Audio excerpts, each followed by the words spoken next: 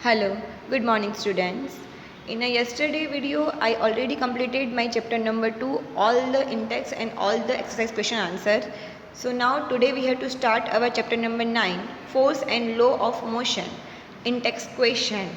In this chapter जो theoretical questions होगी वो मैं आपको वीडियो में सॉल्व करवा दूंगी, लेकिन जो आपके न्यूमेरिकल्स है वो न्यूमेरिकल्स हम लोग लाइव सेशन में कंडक्ट करेंगे, क्योंकि न्यूमेरिकल्स मुझे आपको बोर्ड पे ही करवाने पड़ेंगे. That's why I will not take numericals in this video. I only take a theoretical question in videos. Okay.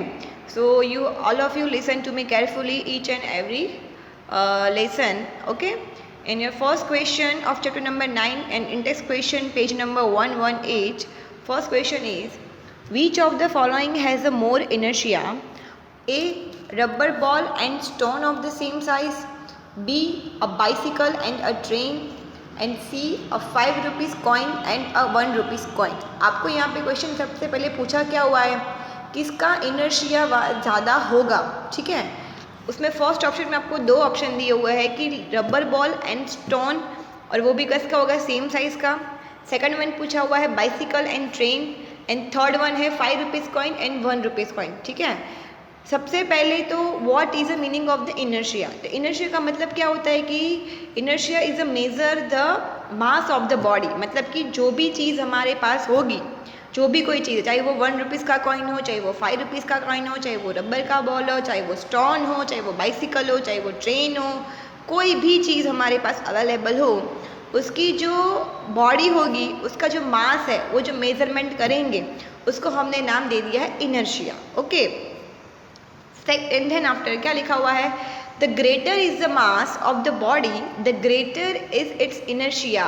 Okay, मतलब कि जितना हमारे बॉडी का मास ज़्यादा होगा उतना उसका इनर्शिया भी क्या होगा, यहाँ पे ज़्यादा होगा. ठीक है, मतलब कि यहाँ पे आपको चेकआउट करना है कि किसका इनर्शिया ज़्यादा होगा. तो यहाँ पे according to this definition what happen, if your object body is a bigger then inertia is also bigger. Okay, first option में आपके पास दो चीज़ें थी, first one is a rubber ball and second one is a stone. तो उसमें क्या answer आएगा, तो कि स्टोन का जो मास है वो क्या होगा, more than as a compare to rubber ball. भले ही वो सेम साइज़ के हो, लेकिन स्टोन हमारा थोड़ा क्या होता है, हैवी साइज़ का होता है. ठीक है, तो उसका मास क्या हो जाएगा, ऑटोमेटिकली वहाँ पे ज़्यादा हो जाएगा. So inertia of the stone is a greater than of the rubber ball. मतलब अगर हम रबर बॉल और हम लोग स्टोन की अगर हम कंपेरिजन करेंगे तो स्टोन का जो इनर्शिया होगा वो क्या होगा, वहाँ पे ज़्यादा होगा. सेकंड वन पूछा हुआ है आपको बाइसिकल एंड ट्रेन. तो ऑब्वियसली बाइसिकल का जो मास है वो ट्रेन के कंपेयर में कम ही होगा. तो सेकंड में आंसर क्या होगा, तो कि मास of the train is a more than the mass of the bicycle. क्योंकि अगर बाइसिकल का मास फाइंड आउट करेंगे और ट्रेन का मास फाइंड आउट करेंगे तो दोनों में क्या आएगा, बहुत ही ज़्यादा डिफ्रेंशिएट आएगा. ट्रेन का मास ज़्यादा होगा और बाइसिकल का मास कैसा होगा, वहाँ पे कम. That's why train mass is higher as compared to the bicycle. That's why train inertia is a greater than of the bicycle. Okay, now third one क्या पूछा हुआ है आपको, 5 rupees coin and 1 rupees coin. तो obviously अगर आप लोग 1 rupees का एक हाथ में कॉइन रखोगे एंड 5 रुपीज़ का अगर कॉइन आप हाथ में रखोगे तो क्या होगा, तो कि 5 रुपीज़ जो कॉइन का जो मास होगा वो क्या होगा, वहाँ पे ज़्यादा होगा as a compare to 1 rupees coin. That's why the inertia of the 5 rupees coin is a greater than that of the 1 rupees coin. Okay, ये था आपका फर्स्ट क्वेश्चन, बहुत इजी है. What is the meaning of the inertia, तो कि जो mass of the body measurement करेगा उसको हम इनर्शिया कहेंगे, और जिसका मास ज़्यादा होगा उसका इनर्शिया भी क्या होगा, वहाँ पे ज़्यादा होगा. ठीक है, now in our question number 2, in the following example try to identify the number of the times the velocity of the ball change. मतलब कि बॉल की वेलोसिटी कितनी बार चेंज हो रही है विथ पर्टिकुलर टाइम्स, वो आपको वहाँ पे फाइंड आउट करनी है. नीचे आपको एग्जाम्पल दिया हुआ है, एग्जाम्पल जो है मैं वो रीड कर रही हूँ.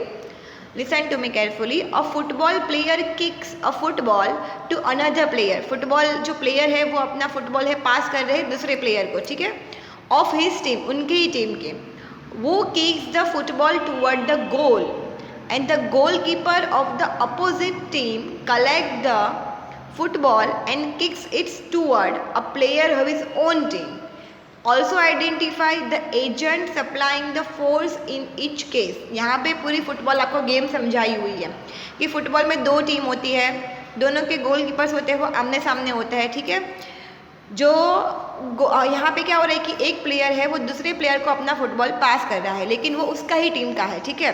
फिर वो जो दूसरे प्लेयर ने जो दूसरे प्लेयर के पास जो फुटबॉल पहुँचा वो क्या करेगा, तो कि गोल करने के लिए अपनी जो कीपिंग साइड है वहाँ पे उसको वो किक करेगा, लेकिन वहाँ पे जो अपोजिट टीम का जो गोलकीपर वहाँ पे खड़ा है वो क्या करेगा, वो बॉल को वहाँ पे गोल होने देगा नहीं। वो क्या करेगा, तो कि वहाँ से वापस किक मारेगा और उसको कहाँ पे ले जाएगा, तो कि अपनी टीम के पास जाने देगा, अपोजिट डायरेक्शन में जाने देगा, ठीक है।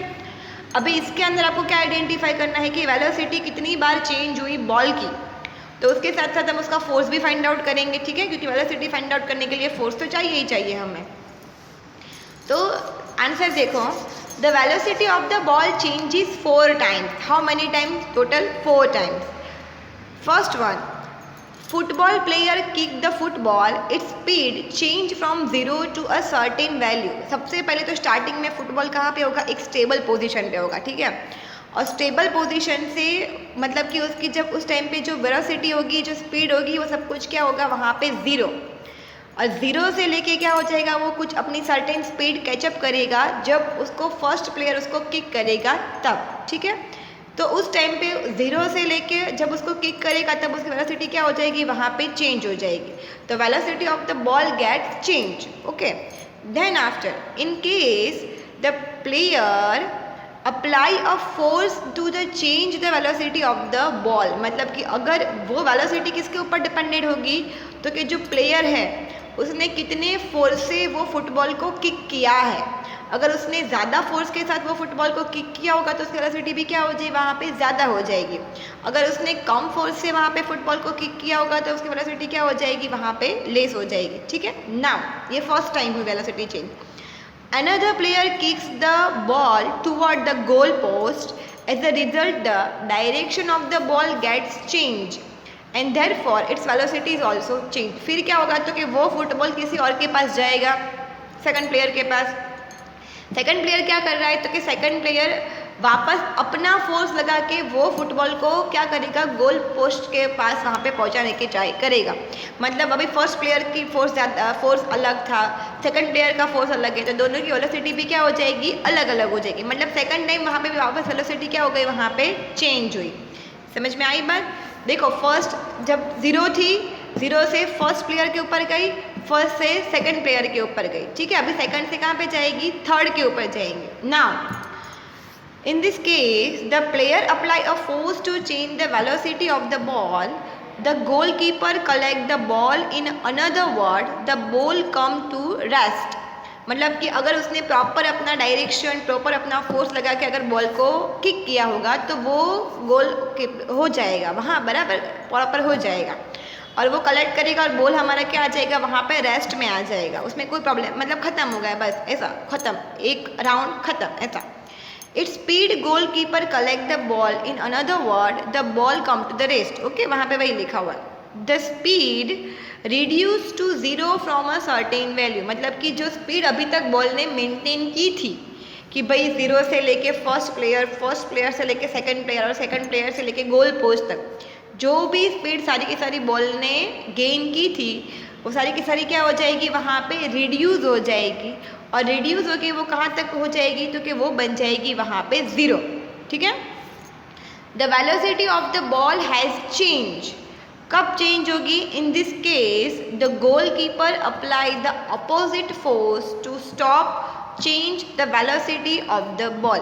मतलब कि उसको बॉल को स्टॉप करने के लिए या तो बॉल को वापस दूसरी टीम के वहाँ पे पहुँचाने के लिए जो गोल कीपर ने अपना फोर्स बॉल के ऊपर अप्लाई किया होगा, उससे वापस उसकी वेलोसिटी क्या हो जाएगी, वहाँ पे चेंज हो जाएगी। Okay, the speed of the ball increase from 0 to certain value. मतलब वापस जैसे गोल कीपर ने फोर्स अप्लाई किया, वो वापस उसकी जो वेलोसिटी होगी वो क्या हो जाएगी, इंक्रीज होने लगेगी। पहले रेस्ट में चला गया था इसलिए 0 हो गई थी, वापस क्या हो जाएगी, वो इंक्रीज।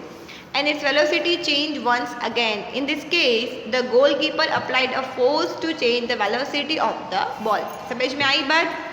0 थी, 0 से फर्स्ट प्लेयर के ऊपर गई, फर्स्ट प्लेयर से सेकंड प्लेयर के पास गया, सेकंड प्लेयर से थर्ड प्लेयर, और थर्ड प्लेयर से हमारा गोल कीपर।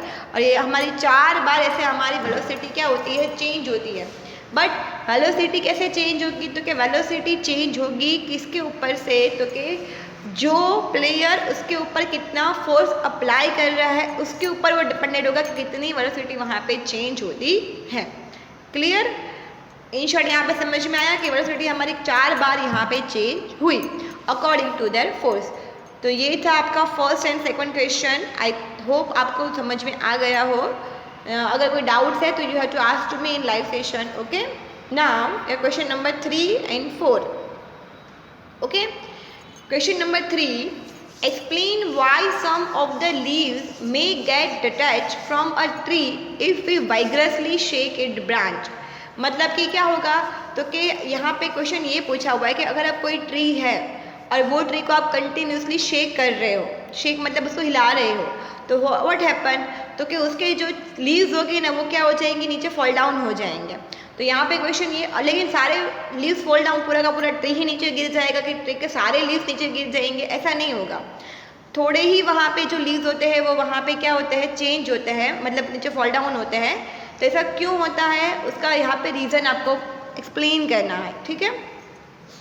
तो कि when we shake its branches vigorously, मतलब कंटिन्यूसली आप उसको हिला रहे हो बिना सोचे समझे, this is because when the branches of the tree are shaken it moves to and fro.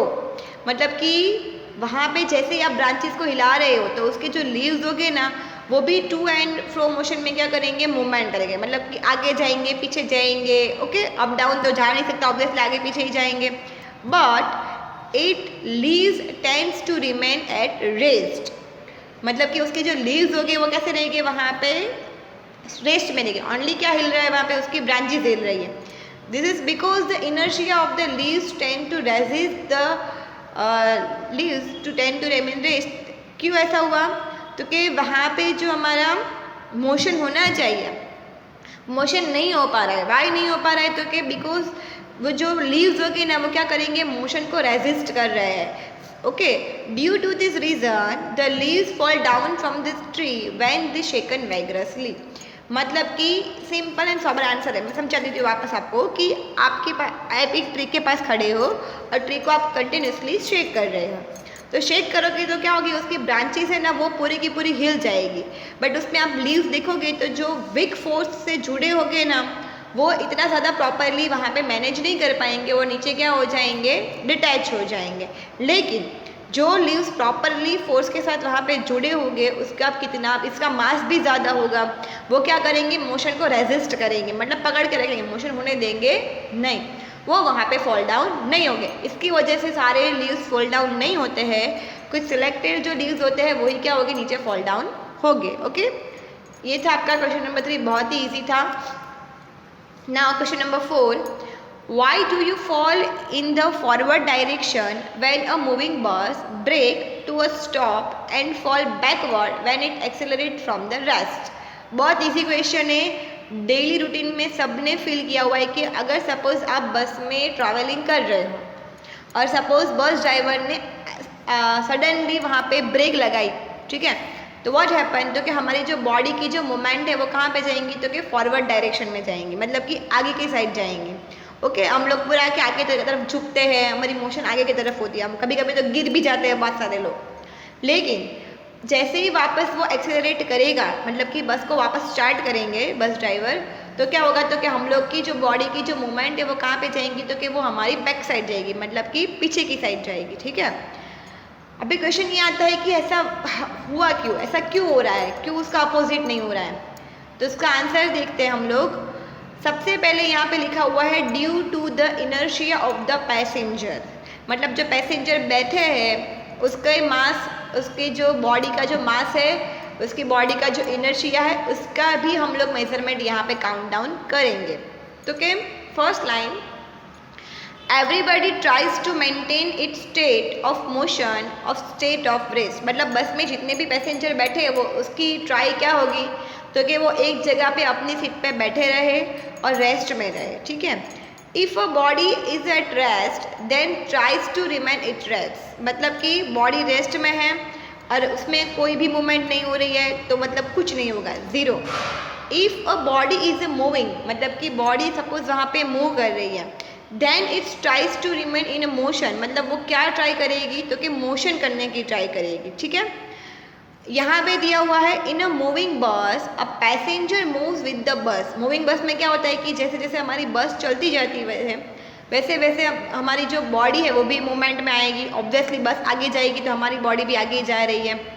As the drivers apply a brake, suddenly driver ने ब्रेक को अप्लाई किया, the bus comes to rest, मतलब bus कौन सी position में आ रही है, तो क्या रेस्ट की पोजिशन में आ रही है। But the passenger tries to maintain his state of the motion, क्योंकि बस के साथ साथ क्या हो रहा था, तो कि पैसेंजर की बॉडी भी मूवमेंट कर रही थी।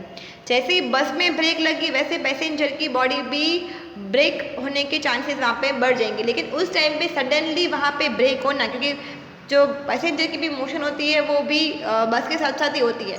अगर बस में ब्रेक लग गई तो पैसेंजर की जो बॉडी जो बस के साथ मूवमेंट कर रही थी उसमें भी ब्रेक होनी चाहिए, तो उस टाइम पे उसको मेंटेन करने में क्या जाएगा, वहाँ पे थोड़ा टाइम जाएगा, और जिसकी वजह से जो फोर्स है वो कहाँ पे लगता है, फॉरवर्ड डायरेक्शन में लगता है। इसकी वजह से पैसेंजर की जो बॉडी की जो मूवमेंट है वो क्या जाती है, वहाँ पे फॉरवर्ड जाती है, ठीक है। अभी बैकवर्ड की बात करेंगे। The passenger tends to fall backward when his bus accelerated from a rest, मतलब कि अभी क्या हुआ, तो कि ब्रेक लगाई थी, चलो काम खत्म हो गया, अभी वापस बस ड्राइवर क्या करेगा, बस को स्टार्ट करने के लिए ट्राई करेगा। और तब क्या था, तो कि बस ऑलरेडी हमारी रेस्ट मोशन में थी, और रेस्ट मोशन में से रेस्ट में थी, और रेस्ट में से उसको क्या करना है, वापस मोशन में आना है। तो जैसे ही उन्होंने बस का एक्सेलरेशन चालू किया, the inertia of the passenger tends to oppose the forward motion of the bus, क्योंकि जो ब्रेक लगी थी तब तो उनकी बॉडी फॉरवर्ड चली गई थी, अभी फॉरवर्ड में से वापस क्या आएगी, रेस्ट में आएगी, और रेस्ट में से वापस क्या चलेगी, तो कि बस के साथ मत मूवमेंट करने के लिए वो ट्राई करेंगे। और इसके यही रीज़न है, the passenger to fell backward when the bus accelerated forward, मतलब कि जैसे ही बस का एक्सेलरेशन चालू होगा वैसे पैसेंजर वापस कहाँ पे जाएंगे, फॉरवर्ड से डायरेक्ट अपोजिट उनको जाना पड़ेगा, क्योंकि बस ऑलरेडी रेस्ट में थी और रेस्ट में से वापस मोशन में आ रही है, तो उनका जो फॉरवर्ड डायरेक्शन था उसका अपोजिट हो जाएगा वहाँ पे बैकवर्ड डायरेक्शन, ओके। इसकी वजह से जब बस हमारी चलती रहती है और सडनली ब्रेक लगती है तो बॉडी की मोशन फॉरवर्ड जाती है, और ब्रेक लेके वापस अगर वो स्टार्ट होगी तो वो कहाँ पे जाएगी, बैकवर्ड मोशन में जाएंगे, ठीक है। ये थे आपके 1 to 4 क्वेश्चन, ओके। एक मैं करवा देती हूँ question number, page number 1 to 6 and 1 to 7 का फर्स्ट क्वेश्चन, तो आपके 5 क्वेश्चन आंसर हो जाएंगे, ओके। चलो, if action is always equal to the reaction, explain how a horse can pull a cart, मतलब कि एक्शन वर्सेस रिएक्शन, आपका ये लो है न्यूटन का थर्ड लो, एक्शन और रिएक्शन, ठीक है। उसके ऊपर से आपको एक्सप्लेन करना है कि हमारा ये जो हॉर्स है वो कैसे अपने कार्ट को पुल करता है, ओके, उसकी बात हो रही है वहाँ पे। तो क्या horse pushes the ground in the backward direction, horse जब भी हॉर्स चलता हो ना रोड पे या तो सैंड के ऊपर कहीं भी ग्राउंड में, तो उसकी मोशन देखना वो क्या कर रहा है, तो क्या अपने पैरों से वो जो ग्राउंड है ना उसकी जो मिट्टी होगी ना उसको बैकवर्ड डायरेक्शन में ले जाएगा, ठीक है। According to the Newton's third law of the motion, मैंने पहले ही बता दिया कि एक्शन रिएक्शन हमारा न्यूटन का थर्ड लॉ है। A reaction force is exerted by the earth on the horse in the forward direction, as a result cart moves forward, मतलब यहाँ पे क्या हो रहा है, तो कि हॉर्स है वो अपना जो फोर्स है वो कहाँ पे लगा रहे हैं, तो कि हमारी अर्थ के ऊपर लगा रहे हैं, पीछे की साइड लगा रहे हैं, एक्शन हो रही है। तो उसके साथ साथ रिएक्शन भी क्या होंगी, तो कि हमारे जो हॉर्स है वो कैसे करेंगे, तो कि कार्ट को वहाँ पे आराम से वो पुल कर सके। एक्शन कौन सी हो रही है, तो कि हॉर्स अपना जो फोर्स है वो अर्थ के ऊपर लगा रहे हैं, कौन से डायरेक्शन में, तो कि फॉरवर्ड डायरेक्शन में, और जिसकी वजह से कार्ट मूव कर रहा है कौन से डायरेक्शन में, फॉरवर्ड डायरेक्शन में। क्लियर, बस इतना ही, और कुछ है नहीं। Then after question number 2, explain why it is difficult for a fireman to hold a horse which eject large amount of water at high velocity। यहाँ पे क्वेश्चन पूछा हुआ है कि फायरमैन को जब वो आग लगी होती है तब इतना हैंडल करना वहाँ पे क्यों हमारे लिए डिफ़िकल्ट हो जाएगा, ठीक है। सो सबसे पहले due to the backward reaction of the water being eject when a fireman hold a horse which is ejecting a large amount of the water at high velocity, मतलब वो क्या करते हैं कि फायरमैन बहुत ज़्यादा, मतलब उनकी पाइपलाइंस आपने देखी होगी तो बहुत बड़ी बड़ी होती है, और उसमें से जब वाटर निकलता है तो बहुत ही ज़्यादा हाईली वेलोसिटी के साथ, हाईली फोर्स के साथ बाहर निकलता है, ठीक है। Then a reaction force is exerted to on him by the ejecting water in the backward direction, मतलब कि उस टाइम पे उसका जो वाटर का जो इजेक्टिंग का जो डायरेक्शन होगा वो कैसा हो जाएगा, पीछे बैकवर्ड में चला जाएगा। क्यों? तो कि because of the Newton third law of the motion. Newton का थर्ड लॉ कौन सा है? तो कि एक्शन और reaction. As a result of the backward force the stability of the fireman decrease, और जिसकी वजह से फायरमैन की जो स्टेबिलिटी होगी, फोर्स डिक्रीज, फोर्स हमारा क्या जाएगा, बैकवर्ड में जाएगा, और हमारे फायरमैन की जो स्टेबिलिटी होगी उसका हैंडल करना क्या हो जाएगा, उसके लिए डिफ़िकल्ट हो जाएगा। So it's difficult to him the remain stable by holding the hose, मतलब कि उस टाइम पे उसको होज को जो पकड़ना है, क्योंकि दोनों अपोजिट जा रहे हैं ना, इसकी वजह से उसको आप फॉर एग्जांपल आपको बता दूँ कि आप कहीं पे जा रहे हो, कहीं फॉरेस्ट में या तो कहीं पे आप जा रहे हो, ठीक है, और बहुत तेज़ वहाँ पे हवा चल रही है, बराबर है, और हवा का जो डायरेक्शन है एयर का वो आपके थ्रू आ रहा है और आपको आगे जाना है, तो ना तो आप चल पाओगे, अगर आप साइकिल लेके जा रहे हो तो साइकिल में भी आपको उसको संभालने में, उसको स्टेबलिंग करने में, उसका क्या हो जाएगा, वहाँ पे डिफ़िकल्टीज होगी। तो यही रीज़न है कि वो हमारे जो फायरमैन है उसको वो होल्ड करने में क्या हो जाएगी, प्रॉब्लम हो जाएगी, ठीक है। बस यहाँ तक रखते हैं, नेक्स्ट आपकी जो सम्स है वो मैं आपको लाइव सेशन में कंडक्ट कर लूँगी, ठीक है। अगर इसमें आपको जो आज मैंने समझा है 5 क्वेश्चन, उसमें अगर कोई डाउट है तो you have to ask me in a live session, okay. I hope you are all understand all the question answers, okay. Thank you so much, bye everyone.